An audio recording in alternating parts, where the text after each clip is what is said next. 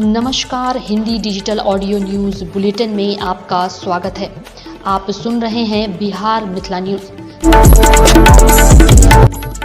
चुनाव आयोग का फरमान 10 फरवरी तक पूरा करे वार्डों के परिसीमन का मुजफ्फरपुर में ट्रक से बैटरी चुराने के विरोध पर खलासी को मारी गोली। बिहार में अब पंचायतों का बनेगा मास्टर प्लान, गांव में लोन लेना होगा आसान, बसावट की मैपिंग करेगा ड्रोन। कोर्ट में मुकदमे की कार्यवाही अब यूट्यूब पर लाइव, पक्षकार देख रहे हैं पूरी प्रक्रिया। बिहार में जल्द भागलपुर दुमका रेल लाइन पर बढ़ेगी ट्रेन सेवा, यात्रियों की इस मांग को पूरा कर सकता है रेलवे। बिहार में सुबह में बढ़ेगा कोहरा, उत्तर बिहार में कोल्ड डे के रहेंगे हालात, औरंगाबाद में देहरादून व जम्मू जैसी ठंड। बिहार में 3 जिले कोरोना से हुए मुक्त, 19 जिलों में 5 से भी कम मरीज। पटना में डिप्टी कमिश्नर के घर को चोरों ने बनाया निशाना, लाखों के जेवरात और नकदी गायब। अगरबत्ती और दाल चावल के बाद अब तेज प्रताप यादव कई शहरों में खोलेंगे ऑर्गेनिक रेस्टोरेंट। लालू प्रसाद 9 को आएंगे पटना, राजद की राष्ट्रीय कार्यकारिणी में शिरकत करेंगे 26 राज्यों के प्रतिनिधि। बिहार में बनेगी आयुष की जीवन रक्षक दवाओं की सूची, सरकार करेगी इलाज और सुनिश्चित व्यवस्था। खुलासा, बिहार के 3 जिलों में युवकों को बनाया डकैत गिरोह, राम नरेश देता था बम। बिहार में मुन्ना भाई छात्रा की कारस्तानी, एमबीबीएस में दाखिले के लिए दिया फर्जी दस्तावेज, पकड़े जाने पर दी धमकी। अररिया में दर्दनाक हादसा, बस की छत पर सामान चढ़ा रही खलासी की करंट लगने से मौत। बिहार में कोरोना की दर्द रहित और सुई रहित ज़ाइकोव-डी वैक्सीन लॉन्च, लेनी होगी 3 खुराक। बक्सर जिले के नवगठित उत्क्रमित या सीमा विस्तारित नगर निकायों में वार्डों का गठन और परिसीमन का कार्य आगामी 10 फरवरी तक पूरा कर लेने का निर्देश चुनाव आयोग ने दिया है। इसके लिए राज्य निर्वाचन आयोग ने सचिव ने पत्र जारी कर आवश्यक निर्देश दिए हैं। बता दें कि जिले में पहले 2 नगर परिषद हैं। नगर परिषद के क्षेत्र में विस्तार किया गया है।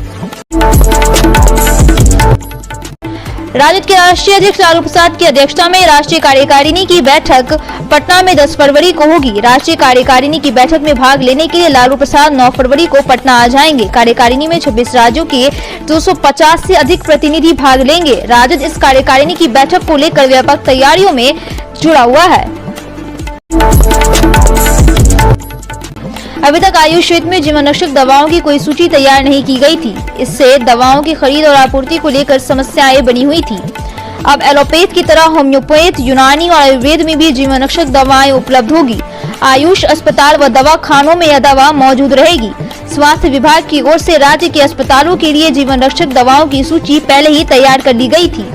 अभी तक आयुष क्षेत्र में जीवन रक्षक दवाओं की सूची तैयार नहीं थी। इससे दवाओं की खरीद और आपूर्ति को लेकर समस्याएं बनी हुई थी।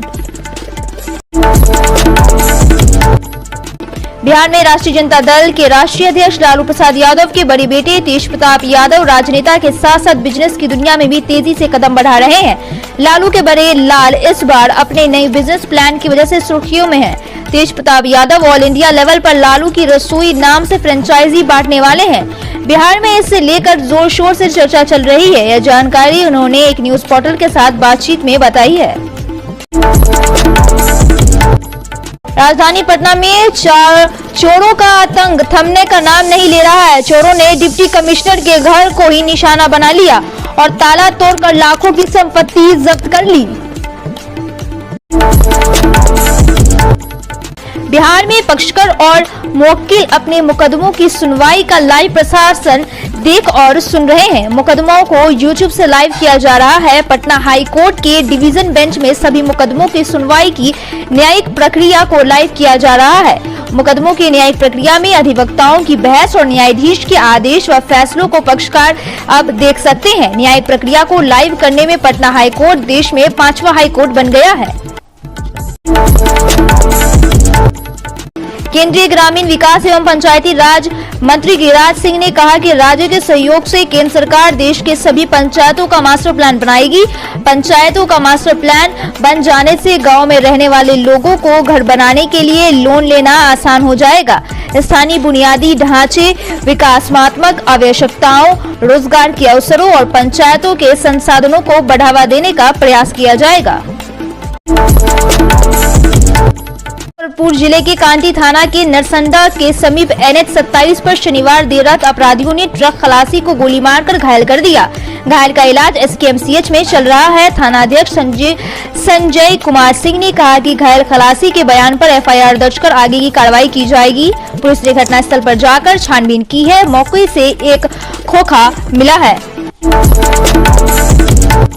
बिहार के गोपालगंज जिले के सिगवलिया थाना क्षेत्र के मधुबनी गांव के समीप NH 27 पर सोमवार की सुबह 8 बजे घने कोहरे की वजह से स्कूली वैन, बस व ट्रक सहित 4 गाड़ियों की आपस में टकराने से स्कूली बच्चे की मौत हो गई।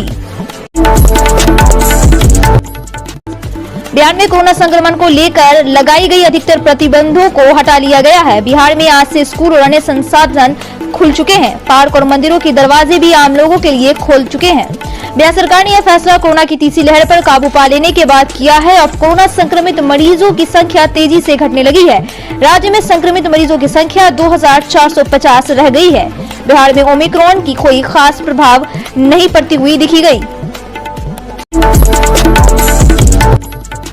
बारिश होने के बाद एक बार फिर से सूबे में ठंड में भारी बढ़ोतरी हुई है। हवा ने भी रुख बदला है और पिछले 24 घंटे में उत्तर पश्चिमी हवाओं के प्रभाव से न्यूनतम तापमान में भी भारी गिरावट आई है।